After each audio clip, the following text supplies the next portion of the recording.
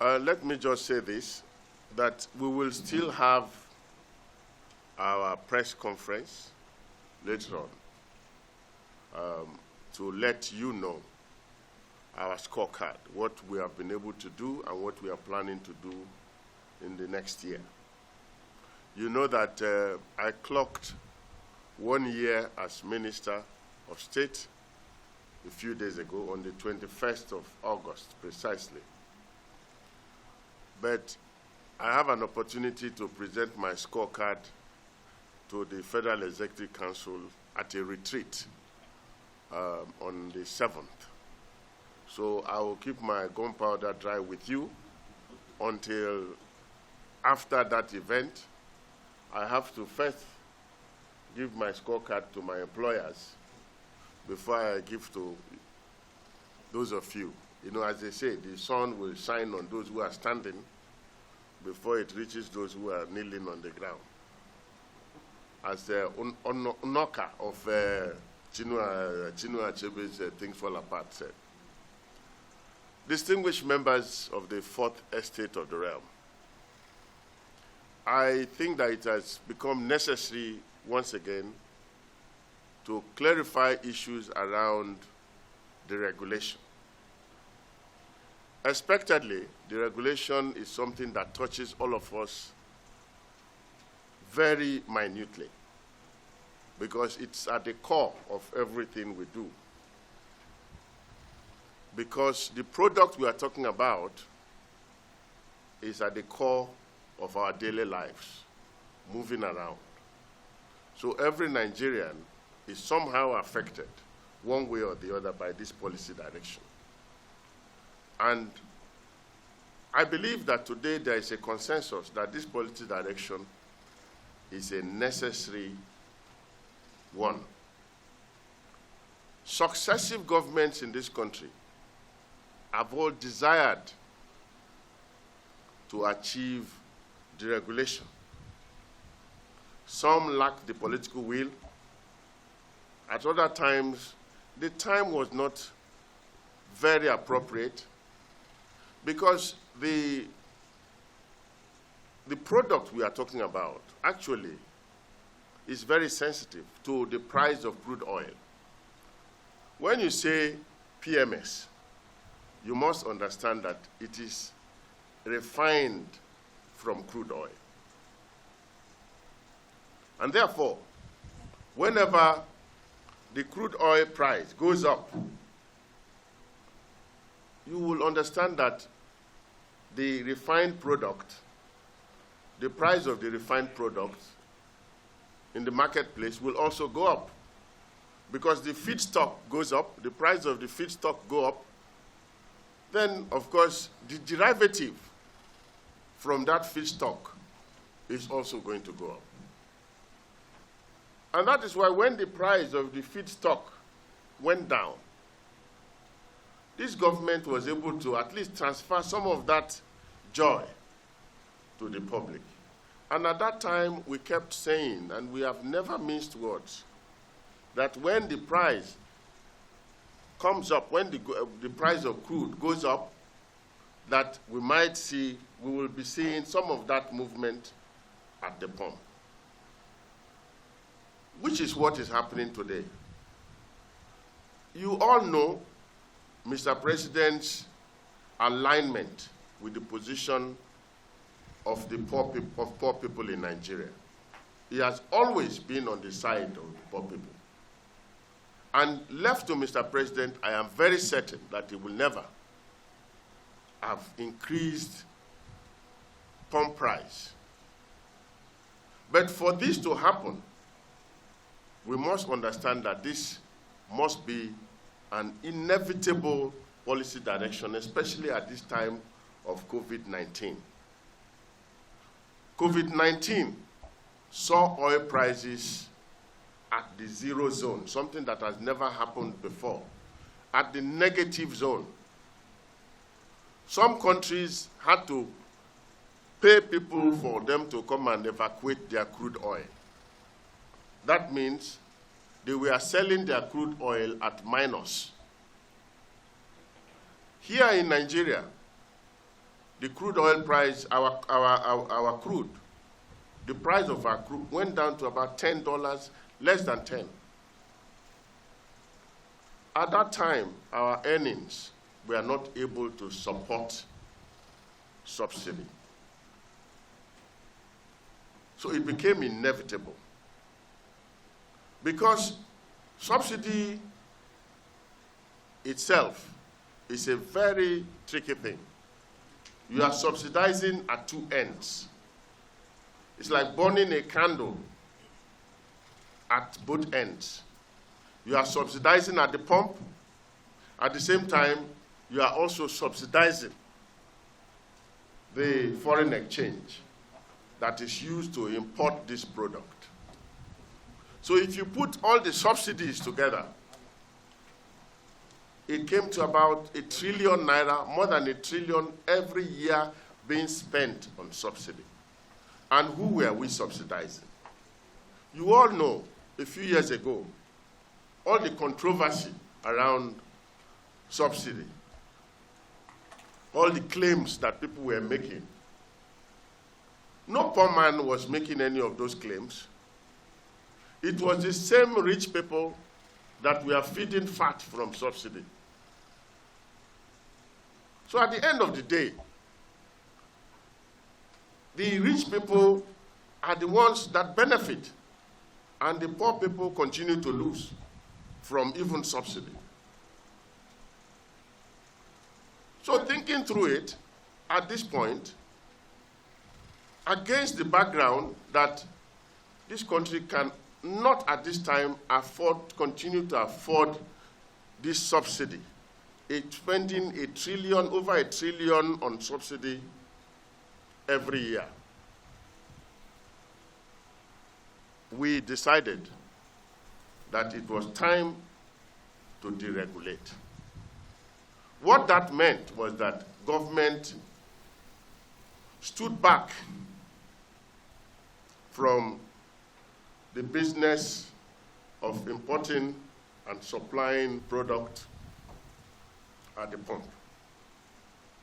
And we feel that market forces should take over so that the price of the product at the pump will be determined by market forces. But government, of course, now had to play its traditional role of protecting the consumer so that nobody over-profiteers on the consumer. So today, I can say that we and yourself and the people are on one side. We have to watch keenly so that the marketers will not over-profiteer, will not charge the public too much for this commodity. So we are on the same side now. So when people begin to blame government for higher prices and so on, it's not, I think, the right thing. Because maybe they don't understand that at this point, we are no longer fixing prices. That is what deregulation means. We are no longer in the business of fixing those prices. We have stepped back, and we are allowing market forces to determine the price at the pump. If you noticed, when the crude oil price went down earlier in the year, it reflected at the pump. And today, if crude oil prices go down, it will reflect at the pump. But when crude oil prices go up, then it will also reflect at the pump. It is the same product we are talking about. The same crude oil that is used to refine petrol.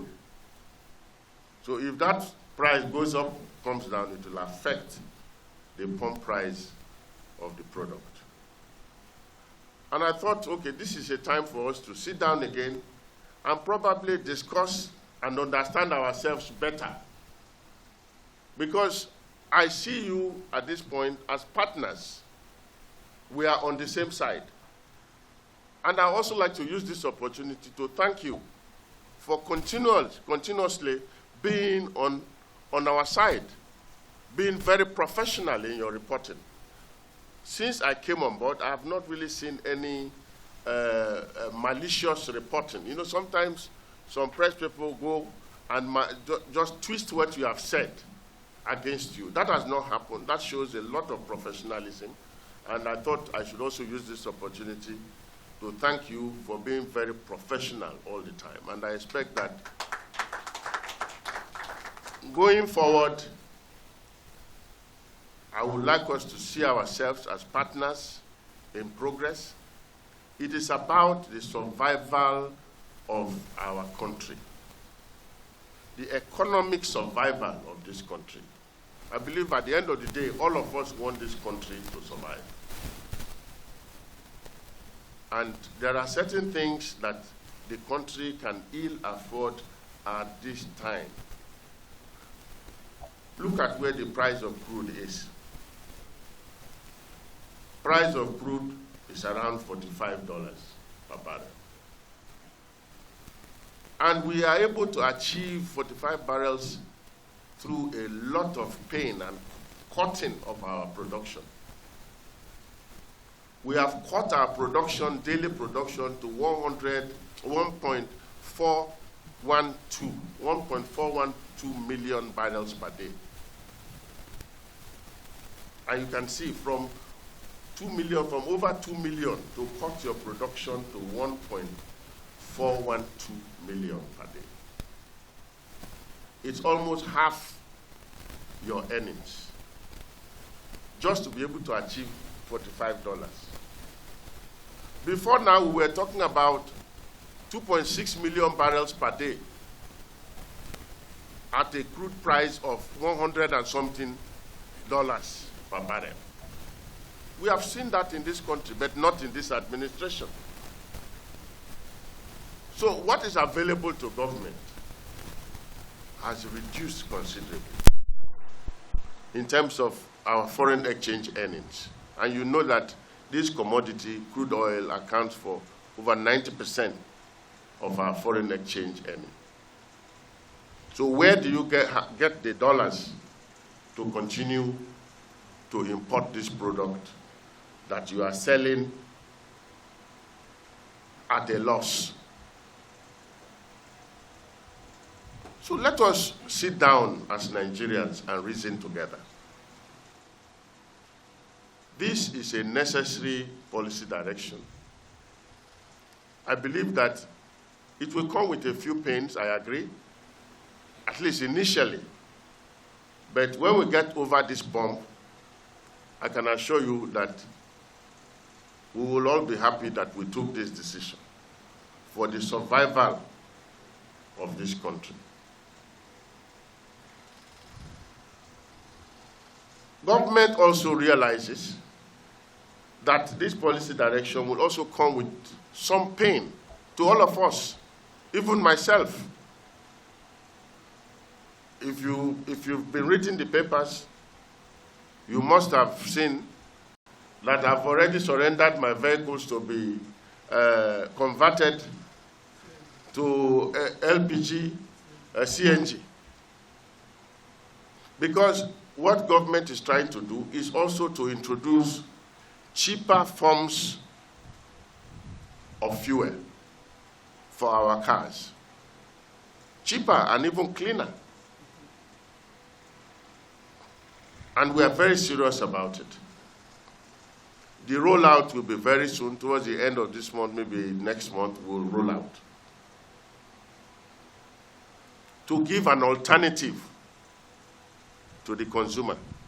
So that if you go to the filling station and you find that today the price of BMS has gone too high, you can switch and buy LPG, which will be cheaper, buy CNG, which will be cheaper, or even buy LNG, which will be cheaper at the pump. So these are some of the alternatives that government is providing, at least to ensure that our people do not collapse under the weight of higher pump price. So this gentlemen of the press, I don't want to say too much because today I just wanted to address this issue of deregulation. I will come back to you on other issues very, very soon after the ministerial retreat. But I thought we should sit down together and reason together as Nigerians and at least let Nigerians see the actual picture of this policy so that nobody will go there and misinform the people. Now, the unfortunate thing about Nigeria is that we politicized everything. The same person who was in government, let me say the same political party that was in government a few years ago, trying tooth and nail to achieve deregulation, is the same party outside government that is now advocating subsidy. Just a few minutes ago, as if I was going to, somebody knew I was going to address the press on this matter. They sent me a clip of Sanusi, the former emir's speech a few years ago. And he said very clearly, he said, look, deregulation was a necessary economic decision to be taken. And that even if the government of the day, that was the previous government, survived it, that the next government after that government, which is this government, will begin to feel the pains. He said it very clearly, and he saw that far, and he said it. But unfortunately, those who were here, those who were in government trying to achieve deregulation by every means, are the same people who will go and begin to criticize this government for achieving the thing that they wanted to achieve themselves. So I thought we should sit down as friends, let's understand ourselves, so that we can go as partners to the public and take the right message to Nigerians out there. I think I will stop here, and then we can continue with the conversation. You can ask me any questions so that if you want any clarifications on any issue. The question on palliatives. Nigerians have become very used to this word, palliatives. Yesterday, I was just having a private conversation. And we agreed that the first problem in Nigeria is with Nigerians who complain. Why I say that, please understand me very clearly. Before you complain about anything, you must have taken yourself out of the problem. That means you are not part of the problem. If not, you cannot complain about anything. For you to complain about anything, it means you have taken yourself outside the cause of that problem. Because if you are part of the problem, you cannot complain. So Nigerians always take themselves out of the problem, all of us. Whereas one way or the other, but that was just on the private conversation. Now, on the issue of palliatives, On the issue of palliatives, we have had a lot of palliatives before in this country. We had PTF, for example. I'm sure that's the kind of PTF type palliative. The questioner, is that the kind of thing you have in mind? PTF type palliative that at least, well, you had all that. We have attempted all that. It was not sustainable. So PTF doesn't exist today. But if you talk about palliatives, I don't think there is any government that have introduced as many palliatives as this government. You will agree with me. You know the N-Power palliative that is in place, trader money palliative that is in place. You have even the school feeding palliative that is in place. We have so many already. But we think that the solution to this pain should be a little bit more sustainable. And the sustainable solution is to create another kind of fuel that is cheaper and cleaner. So we are achieving two things at the same time. Cheaper and getting closer to cleaner fuel, to the global trend. So you see, we are introducing LPG, which is definitely cheaper. We are introducing CNG, which will be a cheaper fuel, and LNG. It is like creating a toll gate. The law says that if you create a toll gate, you must also create an alternative route, which may not be as comfortable, but at least it's an alternative, so that people will have the choice. But in this case, we are actually introducing a fuel that is cheaper and better. So we are introducing that choice to Nigerians. In the end, I don't think that people will even feel this increase so much.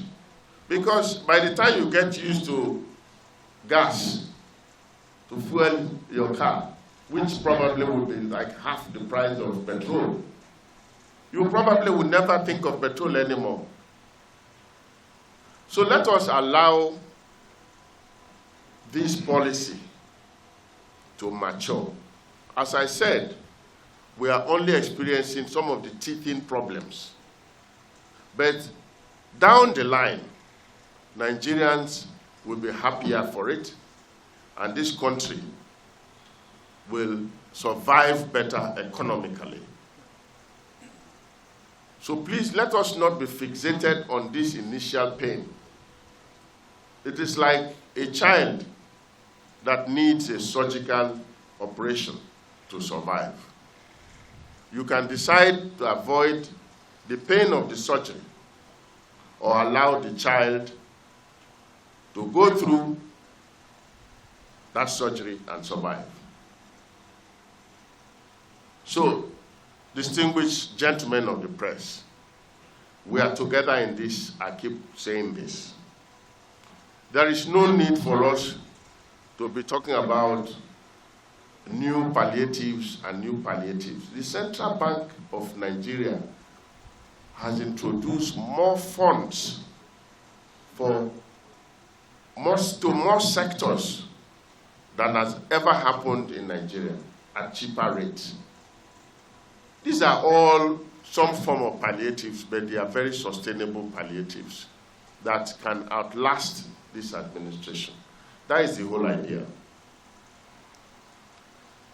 The second questioner talked about publishing a month-to-month template, price template. What I will say is that that questionnaire is almost taking us back to regulation, to regulating the price. What we do not want to do is to go back to that regulation again. Because that gives the impression that PPPRA is still fixing the prices for the next month. So what we do is watch. We are now like an umpire on the same side. But we are saying, okay, we watch the price. If the price is going beyond our in-house estimate, because we take into consideration everything that has gone into landing this product in Nigeria. And we use that as our template to watch the price. So what we are also doing is to introduce a complaints box in the Ministry of Petroleum. If you find that a marketer has taken his price beyond a certain range, you report to us. Then we become the police. Because our duty now is to ensure that the public is not cheated. So when you see that any marketer, any retailer is taking the price beyond a certain level, you report to us, because we are now on the same side to police these marketers and these retailers to ensure that they do not profiteer on the public.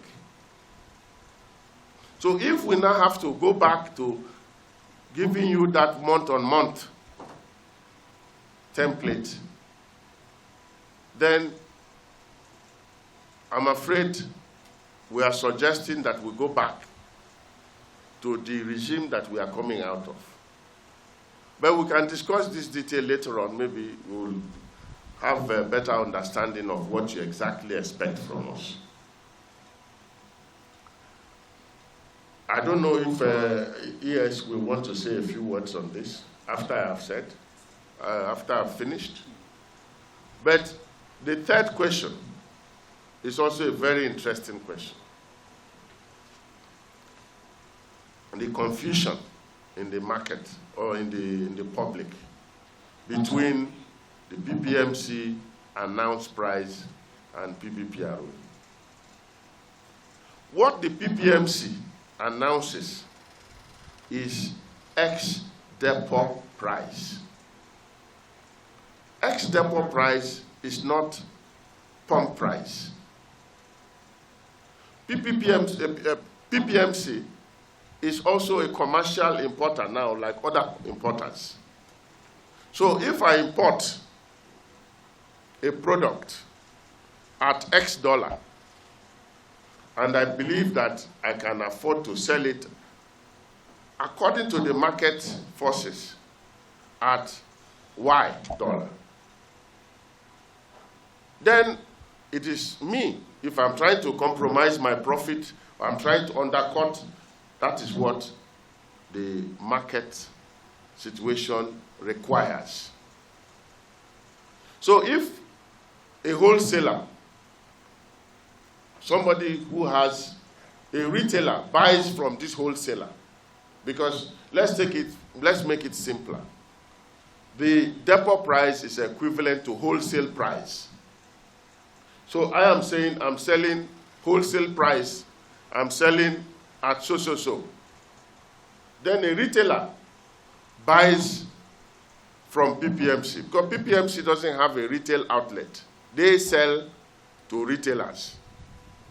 So the retailers buy from PPMC at a certain depot price. What concerns you and I is the pump price. It is not the depot, ex-depot price. Because if I buy at 20 naira per liter, and I sell at 25 naira per liter, that is the profit I want to make. Somebody can buy at 20 naira per liter also and still sell at 30 naira per liter. But what we are saying is that we do not want them to sell it. Our own concern is more with the consumer, so that you can buy the price at the pump price that you need to buy the product for. But sometimes there is a confusion between the ex-depot price and the pump price. For example, an importer, maybe you don't know what another importer is selling ex-depot. You don't, maybe, I don't know, I don't want to call any company name. But they also probably have their ex-depot price, like PPMC has. So let us not go into that value chain and go to the middle of the chain. We are very concerned at this point with the pump price. So what we are saying is, if you think that the pump price is being inflated, PPPROA is there. You have to report. Then we become the police. So there is no confusion between what PPMC is announcing. In fact, they are a commercial venture. They import the product like any other importer, and they sell the product at a profit. If they decide to sell it last month for a different price and they move, then of course the retailers have the choice of not buying from PPMC, of going to another marketer and buying from that marketer because PPMC ex-depot price has become too expensive. That is the whole idea. I don't know if I've answered this question. Thank you very much. The first question is quite an interesting and very well-meant question, and I will need some time to clarify. The rollout program of the National Gas Expansion Program. It's a national project. We are not looking at the pilots. We are not looking at pilots. But of course, it's a program that will also grow from one level to another on a daily basis. What we are doing is to start the program with, first, the NNPC-owned filling stations across the country. So that makes it national already, because NNPC owns filling stations across Nigeria. So we will have skid-mounted CNG and LPG to dispense from these NNPC-owned filling stations. So, at the same time, some privately owned filling stations, too, are now joining the program. Some of them have also requested to be admitted to the program. So you see that in addition to the NNPC filling stations, we will have the skid-mounted gas, CNG and LPG and LNG, sold from various filling stations very soon. And going forward, DPR will also request filling stations to upgrade, or their licenses will not be renewed. So you upgrade your filling station to include dispensing gas, LPG, CNG, or LNG, or it will not be renewed, the license will not be renewed. So you see that it will be done at a national scale, and it will continue to grow, and we believe that it will grow very fast, that within a short time, we would have had the capability in every filling stations, or most of the filling stations across Nigeria. I would like to link this question to the other question that has to do with conversion, where this program is expected to also produce a lot of jobs and opportunities. A lot of people are now clamoring to invest in this sector of converting vehicles to LPG and CNG or LNG. So there will be conversion kits sold everywhere. A company has also even approached us to come and install the production facility of the conversion kit in Nigeria. So very soon you will have that possibility everywhere to convert your cars. And we are hoping that going forward, people will now start importing cars with that capability from factory. So this conversion will just be to manage this transition period. But later on, those who are buying cars are expected to buy cars with that capability of using gas or fuel or just gas alone. We have started some pilot scheme already with converting keke napep in Port Harcourt, and it's working very well. And a few of these keke napep people converted, and their colleagues saw them, and everybody is clamoring to convert because it's cheaper for them, and it's cleaner for them, and the engine is less noisy when you run it on gas. So it has all the advantages. We are expecting that even I pass my neighbor generators can be run on gas. So instead of going to a queue for PMS, your I pass my neighbor generator can be connected to your gas in the kitchen so that you can be running it also on the same gas. So these are all the opportunities that will come from switching to gas. And that is why this year is fittingly called the year of gas.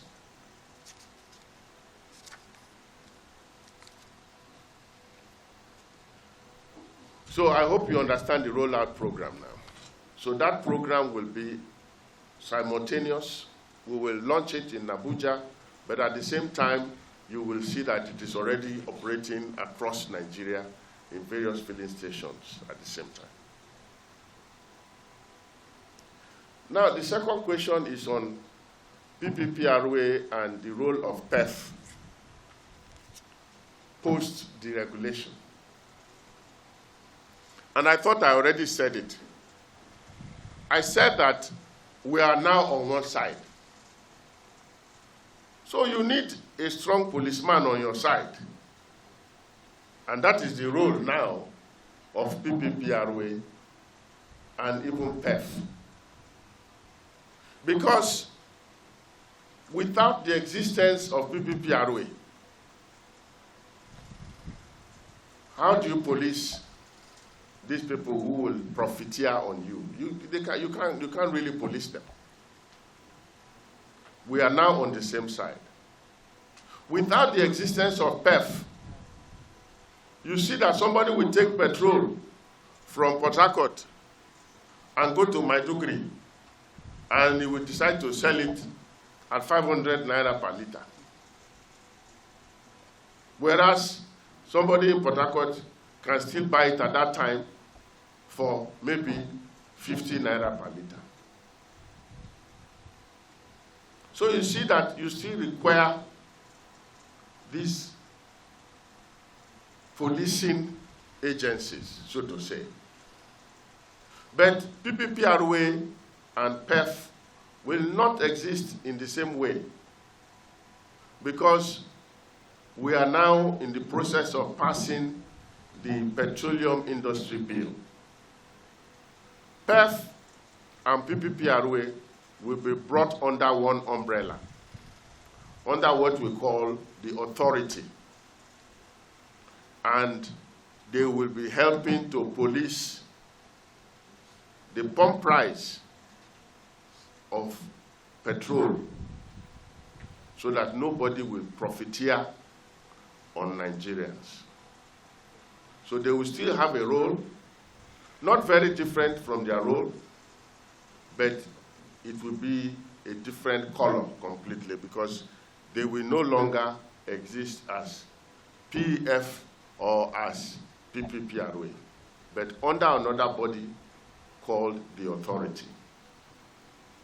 Then the next issue is, how much have we saved since deregulation? Very interesting question, because it's a very good way to also go up there and say, okay, we have saved so much. But it's a very easy question to answer. I thought you already have the question. Because we announced at the same time in March that we are taking out the budget provision on deregulation. You remember? Sir? Who are the Guardian, right? You remember? Is it you that asked this question? You remember that at the same time we announced deregulation, we also announced that we are taking out the budgetary provision in 2020, which was around 500 billion. We took out that provision from the budget. So that is already money saved. It's money saved, at least on deregulation, and we moved it to other areas. Remember, we had to rebase our budget because we had to cut down, because oil prices were coming down, so we took out all the things that were not necessary in the budget. And one of the things that became unnecessary in the budget was subsidy, was the provision for subsidy. So that money was already saved on that day. And then, of course, you also remember, Mr. Guardian, that we also took out the foreign exchange differential. The official window and the parallel window were merged. Remember? So that means that we also took away that window that was subsidizing the foreign exchange at that end. So between taking away the subsidy at the foreign exchange level and taking away the budgetary provision, you can see that this country has already saved definitely up to 1 trillion naira from the regulation. That's why I say, look, these savings will only begin to show later on, maybe in the budget for next year, when we know that we don't have to bother with subsidy provision. Then this money will show up in a lot more capital projects. So this is just the beginning of the regulation. We are experiencing the initial bumps which we expected. It's like a child that is born that is teething. You expect some teething problems. These are some of those teething problems, which I believe that together we can surmount.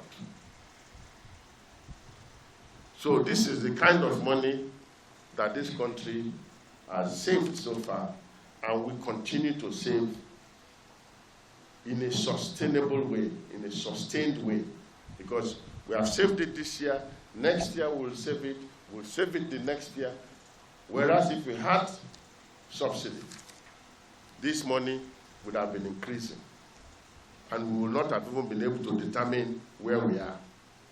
Because if oil prices shoot up to $100 per barrel, then you can imagine how much you'll be spending on subsidy. And you cannot determine from today. And so on. So it's something that I believe we all as Nigerians need to have consensus around. It's something that we need to do for the collective survival of our country. And that is what we've done. And I hope we understand ourselves better today. Thank you.